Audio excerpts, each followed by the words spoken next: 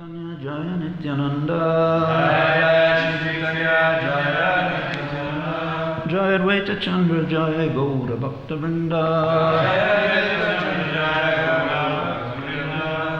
Reading from Sri Caitanya Charitamrita Adi-lila, chapter 12, text number 58. This chapter is entitled The Expansions of Advaita Acharya.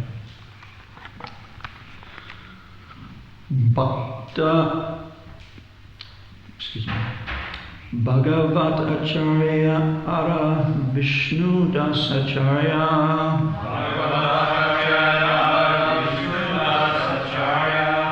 Chakrapani Acharya Ara Ananta Acharya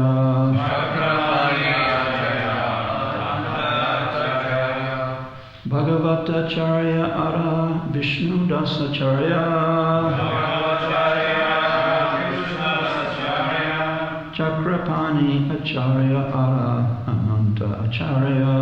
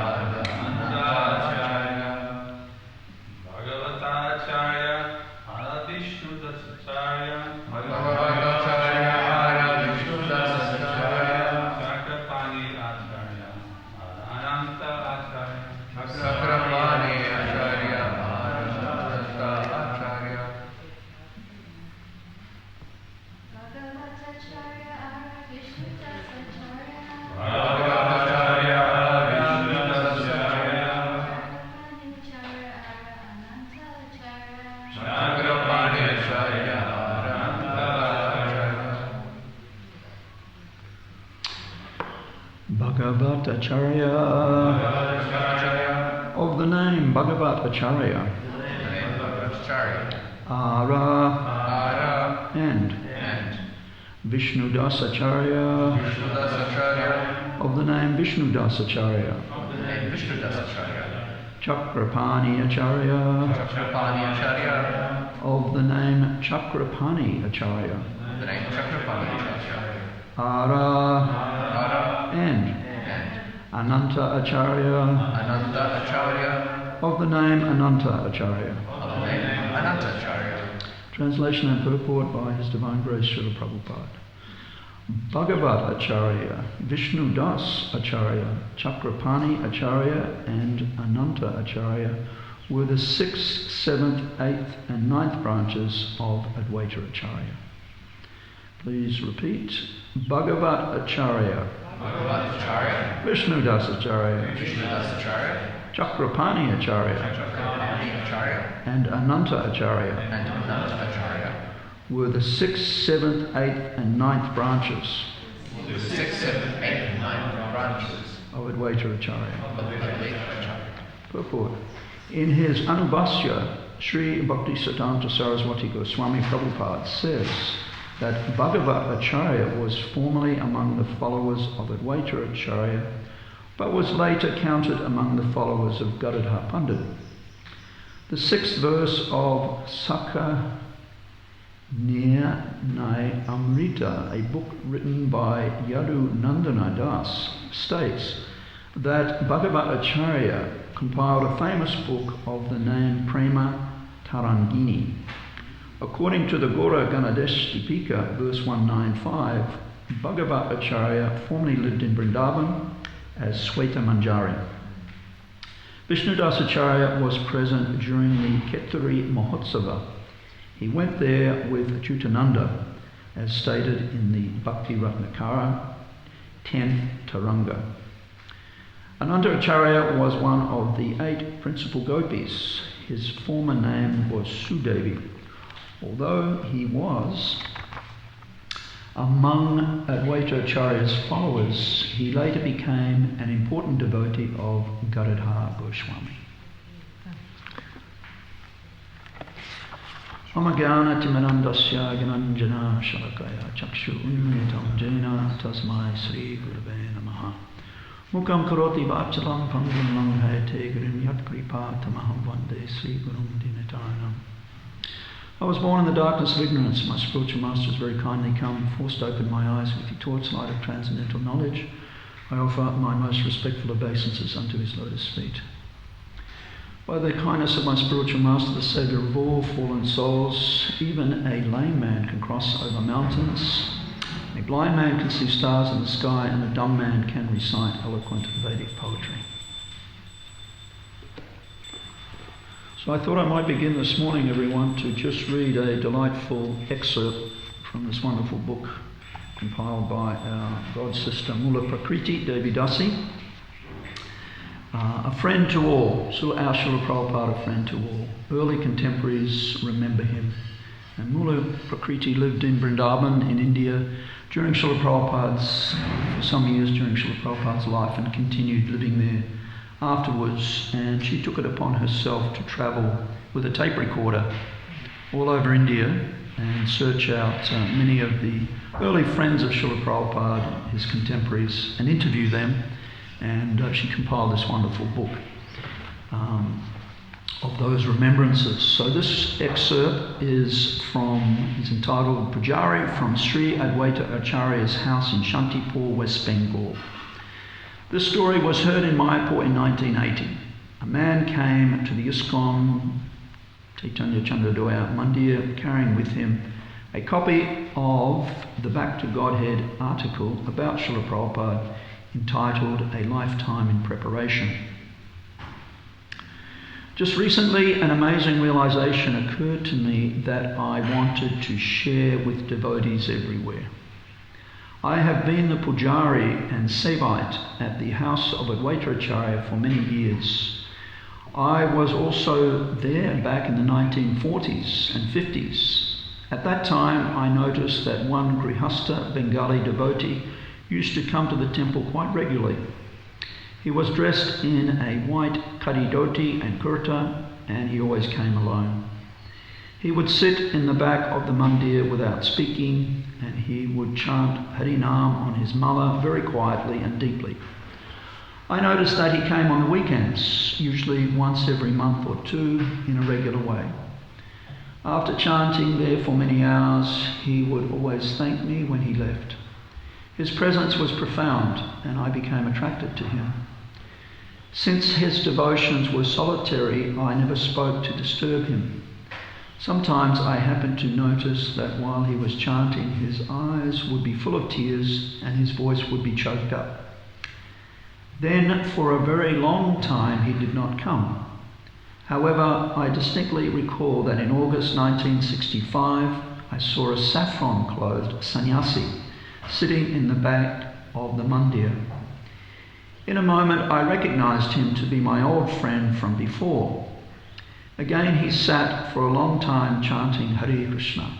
I could see his beads moving, his eyes closed in concentrated devotion. He was weeping unabashedly, even more than he used to while he took the holy name.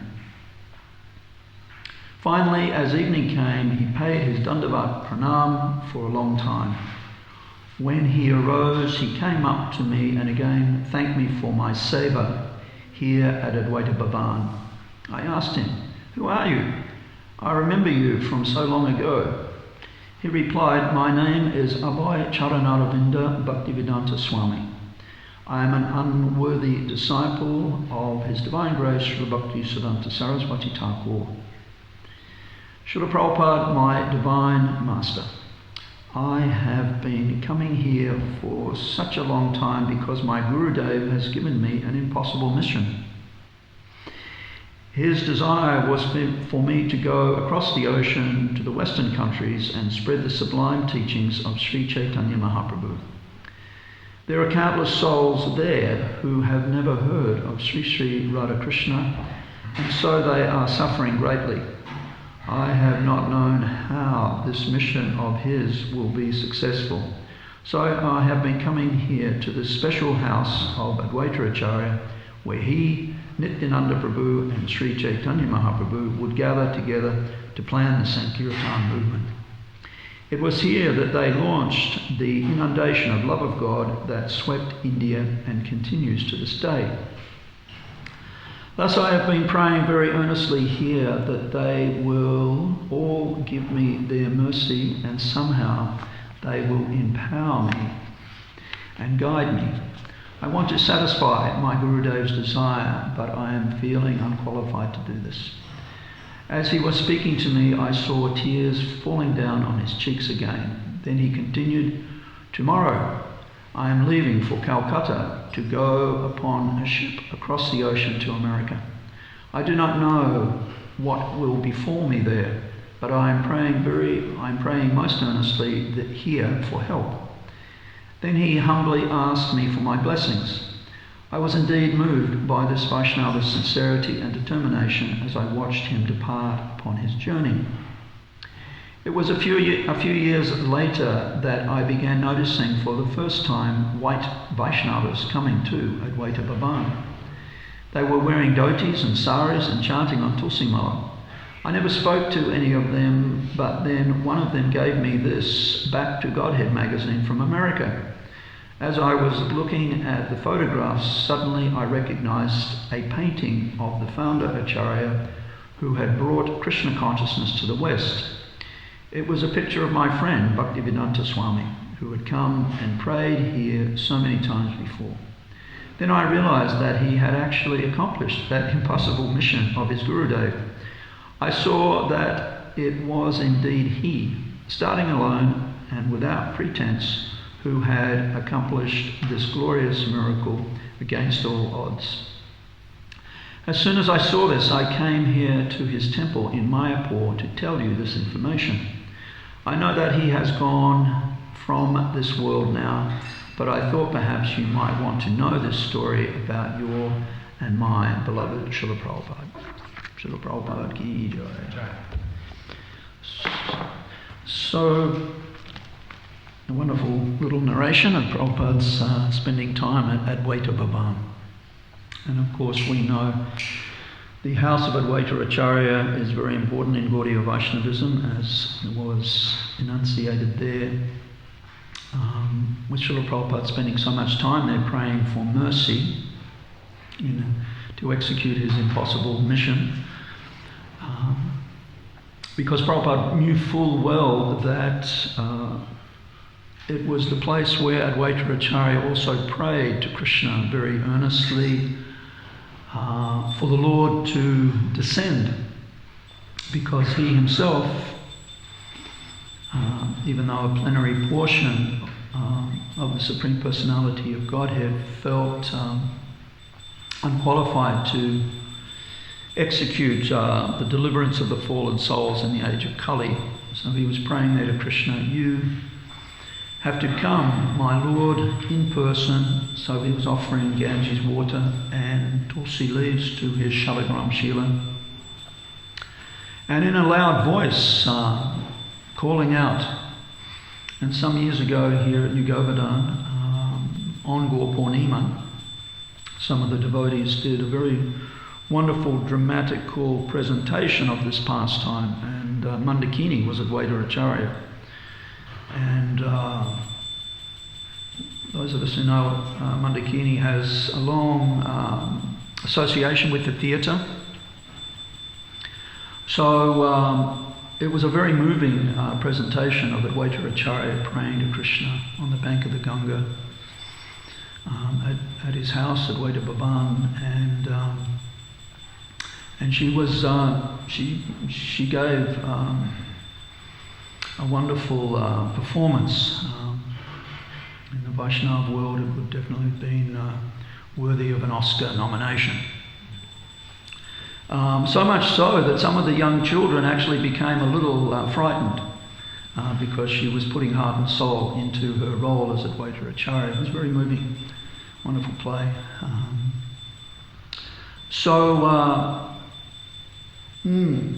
Advaita Acharya, one of the members of the Panchatattva, and Prabhupada, undoubtedly, wonderful lesson we can all try to learn is Prabhupada's mood as a Paramahamsa Vaishnava, feeling himself utterly helpless and praying for the mercy of his superiors.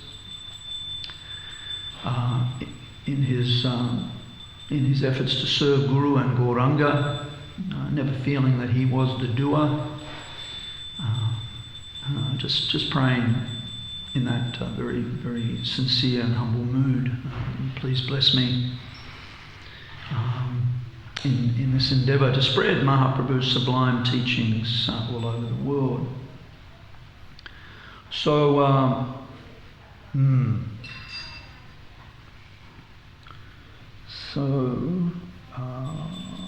let's see where to start here. Well, I did want to mention something. Rupa was here before, he might have had to go, but right now, all over the world is the Christmas Marathon. What we used to call, I think it's now known as the Prabhupada Book Distribution Marathon. Back in our day, it was 1 week before Christmas. I think then it grew to 2 weeks, and now I think it's 4 weeks leading up to Christmas. So it's a wonderful time for increased distribution of Srila Prabhupada's transcendental literatures, which, of course, many of us have taken up the practice of bhakti after reading. So it's very wonderful. And 2 weeks ago, we were doing Harinam Sankirtan in Burley Heads on the Sunday at the markets, and there were tens of thousands of people there, and we had a good team of devotees, 16 devotees. Last Sunday we had 21 in Byron Bay. 10 of those were village people. And all glories to Vasisthreshta Prabhu, because he has to work really hard during the week to fire up some of our villages. And he has a stockpile of dhotis and saris, and he gets everyone dressed up, and they even put on tilak. So about half were village people, but they were in ecstasy. And we made quite an impact in Byron, 21 of us. And but back to Burley, and of course, whenever we go on Harinam, as everyone knows, we always have some literature, and we have a delightful new little pamphlet which we're giving out, which pretty much says everything. Very crisp and concise invitation to the temple. Come and stay, take a break from the material world. So they go out, and Shastra, whenever you come out, Prabhu, you always have a few small books, and so there's always some literature going out. But what was especially enlivening in Burley was, we all noticed there was one dedicated book distributor, young male Indian body devotee, and he was serious. You could just tell. He had a trolley full of books, and he was going all over Burley Headland and the commercial, the CBD of Burley, and he was selling Gitas, and they were going out because we all noticed, at least I noticed, oh, there's another one. Oh, there's someone else with a Gita. So my interest, my curiosity was piqued to the point where when I saw Rupa Raghunath, I said, is that devotee, do you know that devotee? Is he from Brisbane Temple or Sydney Temple? And I described him, and Rupa knew who he was. And he said, oh, they're from Melbourne Temple, and there's 3 of them, and they're brahmacharis, and they just do full-time book distribution. And they travel, and like all book distributors learn pretty fast when out distributing books, you don't stay in any one part of the town for very long. You move around. So you don't disturb any shopkeepers, and in our days, nobody complains and calls the council, or worse, calls the police, and you get arrested, because that's not so good. So he was moving around, and I remember one young couple, as we danced and chanted past, they held up their Gita, and they were really happy. They were so proud that, look, we got the Gita. So it was just a very enlivening experience to know that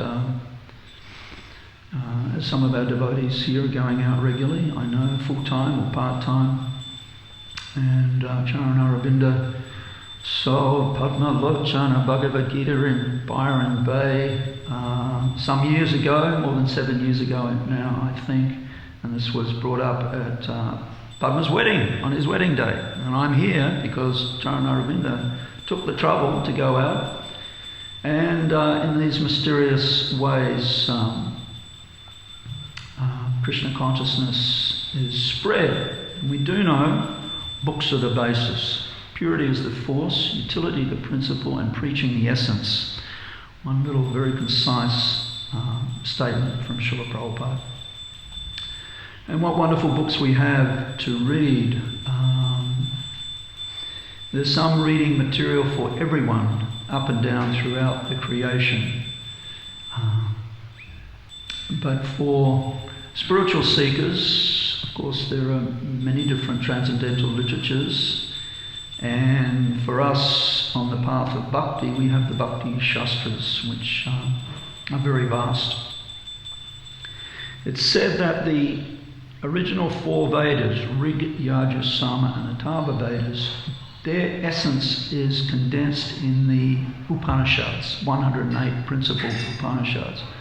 And Prabhupada did take the trouble, in the brief time he had for translating and commenting, he did translate the Sri Upanishad. Isha is one of the names of Krishna. And I think there are 11 mantras, possibly, in Isha Upanishad, something like that.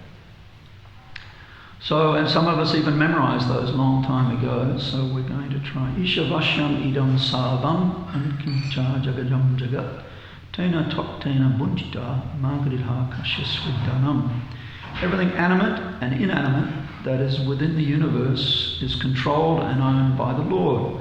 Therefore, one should only accept that which is necessary for his maintenance, and one should not accept other things, knowing full well to whom they belong. A very nice instruction for simple living and high thinking. So, and there are many other Upanishads which are often quoted by our acharyas, and some of our acharyas have actually written commentaries on these different principal Upanishads. Upanishad means to sit near, because in olden days there were no microphones, no speakers, no sound. So disciples of a guru would have to sit near in order to hear the important spiritual instructions he had to impart. And there is it's actually considered the 4th most important Upanishad. We don't probably hear about it too much, but it is mentioned. It's known as the Prashna Upanishad. And there's a delightful pastime there. Prashna means question or inquiry. And some significant question, not a frivolous question, but something with deep meaning. And it was actually written by the sage Pipalada. And the pastime that's there, which is really interesting, is of 6 highly qualified Brahmin boys who had some profound spiritual questions that it appears none of their fathers or other pundits in their village could answer for them. And they were encouraged to go to Pipalada Rishi to get appropriate answers. So they made that journey, and actually their names are given, but I won't, no need to know all of their 6 names, but and actually Sripad Shankaracharya and Madhuracharya have both commented on this Prashna Upanishad. So they made their way to the Rishi's hermitage and were welcomed and given a place to stay, and offered delicious ashram prasadam, showed where they could take their baths and recover from their journey, which took a little bit of an endeavour. And then the Rishi asked them what he could do for them, and they said they had some spiritual questions they wanted to ask him. So he said to them, well, that's all right. You can certainly ask, but for 1 year, I want you to perform these austerities. One of them was brahmacharya, strict brahmacharya for 1 year, another tapasya. And there's two versions of the story. One is that he invited them to stay, and they did stay in his ashram. The other is that he sent them back home for a year to perform their austerities, and then they came back. So anyway, it's a detail. But they performed those austerities. But most significantly, Pipalada Rishi said, after 1 year, then you can ask your questions. I'm not sure if I'm going to be able to answer them. I'll try. But before you ask even, this is what you have to do. So of course, that is there, and that is actually mentioned also. Gopal Bhatta Goswami and Sanatana Goswami, their compilation of Hari Bhakti Vilas, which draws from ancient shastras, instructions. And one of them is there that prospective disciples should spend 1 year, and generally, as was the case in ancient times, they would go and live in the ashram of their guru for 1 year. Guru could examine them, they could examine the guru, and then after 1 year be blessed with the mantras and initiation and so on. So, of course, everything ended well for the 6 boys, and they got their potent questions answered, which brings us to a verse Srila Prabhupada quotes often, Tad viganatam sagurum eva bigaschet samitpani srotriyam brahmanishtam. And in this verse, it's described the qualities or the qualifications of both the guru and the prospective aspiring disciple. The guru, first of all, must be nishta and brahmanishta. He must be a devotee of God, dedicated to the absolute truth, and he must be very knowledgeable in the Vedic Shastras to the point where he can answer questions of the disciples to their full satisfaction. Tadviganatam sagaram evabigatschet samitpani strotriyam and brahmanishtam. Those 2 qualities. And the disciples' qualifications are, interestingly, that when he approaches the guru, he should come with firewood in his hands. Because in ancient times, Krishna was worshipped through Agnihotra fire yajnas, morning and evening. So it took some effort to accumulate the firewood and to burn it twice a day in the sacred place where the fire sacrifices were performed. So this indicates that the prospective disciple would come ready to do service. I'm here, I'm ready, I'm bringing firewood for the yajnas.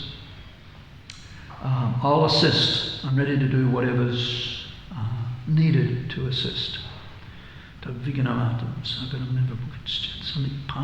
Samitpani, bringing firewood in their hands. So very interesting that the qualifications are there.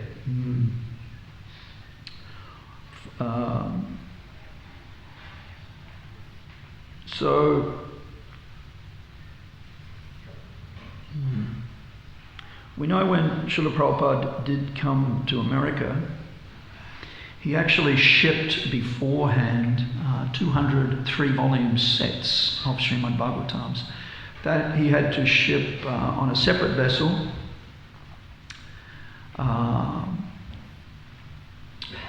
And when Prabhupada went to collect those books, the customs man asked Prabhupada whether he was going to sell them or give them away. And Prabhupada said, I'm going to give them to my friends. So in that way, Prabhupada very carefully avoided having to pay any customs excise because he didn't have very much money. In fact, just going to Shantipur the day or so before Prabhupada left from Calcutta aboard the Jaladuta is significant because Prabhupada didn't have, we know he arrived in America just with 40 rupees, $7 or $8 to his name.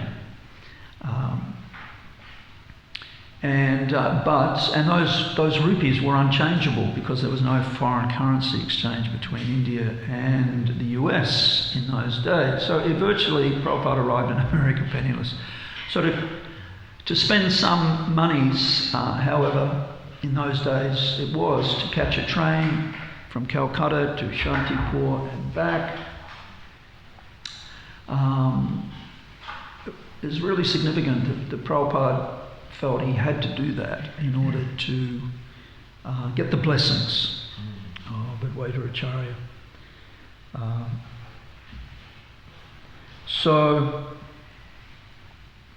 And it's really interesting that this Caitanya Caritamrita, which many of us are relishing, this is one of the books which aspiring devotees love to read, rather than so many other different types of literatures which are available to read. It's thought by scholars that Caitanya Caritamrita was actually written over a long period of time. And one reason for that is that the language slightly changes from when Krishnadas Kaviraj Goswami first started writing to the conclusion. And languages do change over time. And just like the language Srila Prabhupada uses in his first original Bhagavatams, which he said he poured everything into, those first 3 volumes of the first canto. Prabhupada didn't know if Krishna would make arrangements for him to complete the rest of the 18,000 verses of Srimad Bhagavatam. So he said, I just put absolutely everything I could into those 3 volumes. And on Monday, Sriman Harisori Prabhu will be here, I think, giving class. Thursday next week. Okay, so that's... Okay, sure. All right, so he'll be giving class next Thursday? I hope so. Okay, all right, to be announced? Okay. But anyway, he told us once how when Prabhupada finished translating the 8th canto of Srimad Bhagavatam, he told Harisori, I'm thinking of now, after I finished the 9th canto, of jumping ahead and completing the 11th and 12th cantos, because I've already distilled the essence of the 10th canto in the Krishna book, which Prabhupada, by the kind donation of Sriman George Harrison, $19,000 George gave. Significant amount of money, even now, what to speak of back then. And with that donation, Prabhupada was able to print for the first time what he refers to as a summary study of the 10th canto of Srimad Bhagavatam. But of course, Prabhupada eventually decided not to do that, and he continued on to chapter 13, if I'm not mistaken, of the 10th canto. After translating the 9th canto, he continued on, translating as much as he could of the 10th canto up to the chapter, the Brahma Vimohana Lila, or the bewilderment of Lord Brahma. So,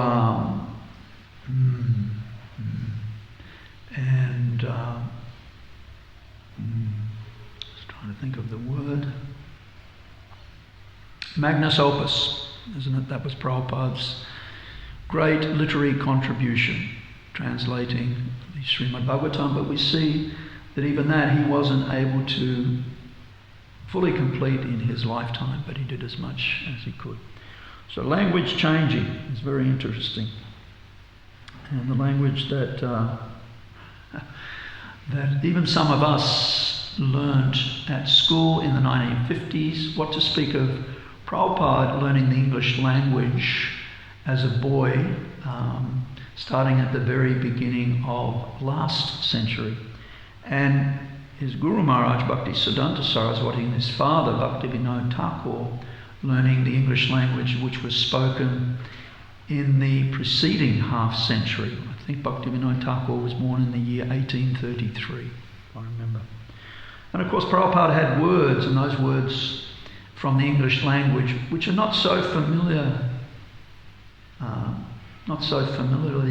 used these days, but they are very favourite words of Prabhupada's, such as staunch and snare. And staunch is an old seafaring term. When they used to build sailing ships from timber, they would, especially in the hulls, they would laminate the hull pieces together using tar, which would make them waterproof. So the ship would be considered staunch if it didn't leak water. And Prabhupada always refers, so-and-so is a staunch devotee. It means he or she is not allowing any maya to creep into our consciousness. Very Krishna conscious. Always remembering Krishna and never forgetting Krishna.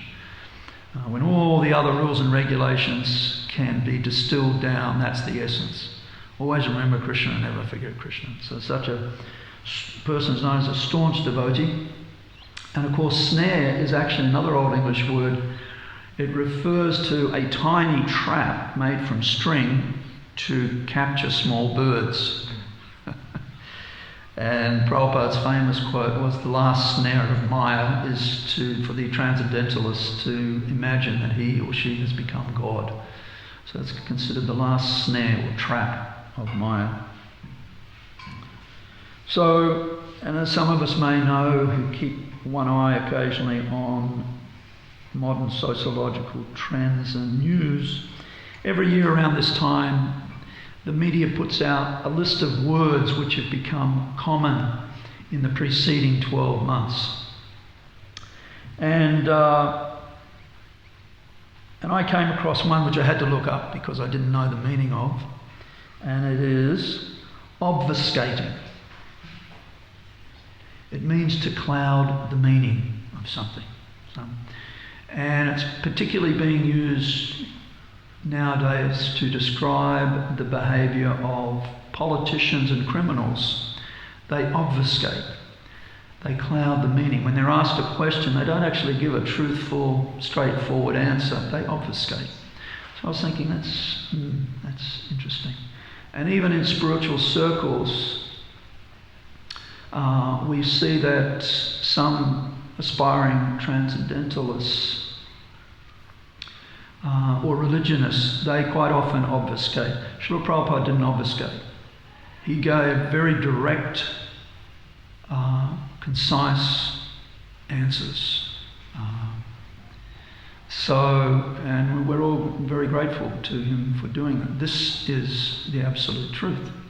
If you want the greatest treasure, this is who he is and how you can contact him. And there is a famous interview. It could have been the very first time Prabhupada landed in London, and the BBC reporter asked him quite politely, Swamiji, what have you come to teach us? And Prabhupada replied, I have come to teach that which you have forgotten. That God is not dead, God is not impersonal or void, you are not God, I am not God.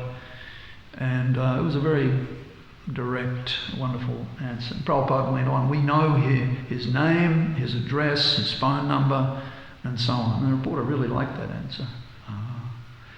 So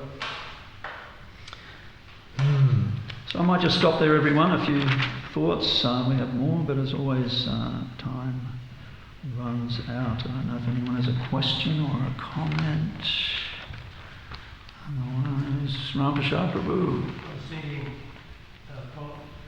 Prabhupada language. I can only think of that one phrase at the moment.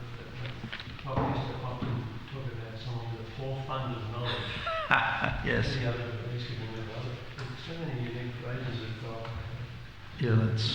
Yeah. That for people out there. Sure. I'll repeat outside everyone. Ramprasad Prabhu just making the comment, as there are many, many...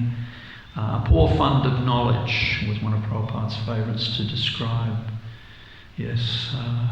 And there are... Anyone else have a favourite Prabhupada old English saying you'd like to share? There are so many. To err is human. To err is human, yes, yes. You can. To err is human. Krishna Kirtan is just. What was that, Ram? To err is human. In other words, we all make mistakes. Yeah. To forgive is divine. To forgive is divine. Yes. Yes. Very good. Anyone else here? Vaishnavi? I like the part we brought up in his books. He says there is no bar for anyone to become Krishna conscious.